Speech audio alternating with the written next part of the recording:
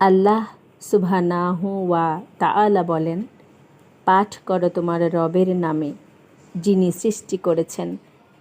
সৃষ্টি করেছেন মানুষকে আলাক রক্তপিণ্ড হতে। পাঠ করো আর তোমার রব মহিমান্বিত, যিনি কলমের সাহায্যে শিক্ষা দিয়েছেন মানুষকে যা সে জানত না। সূরা আলাক আয়াত 1-5। তোমার মৃত্যু উপস্থিত হওয়া পর্যন্ত তুমি তোমার রবের ইবাদত করো।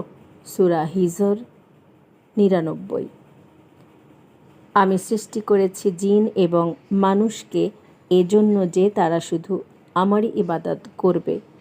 সূরা জারিয়াত আয়াত 56।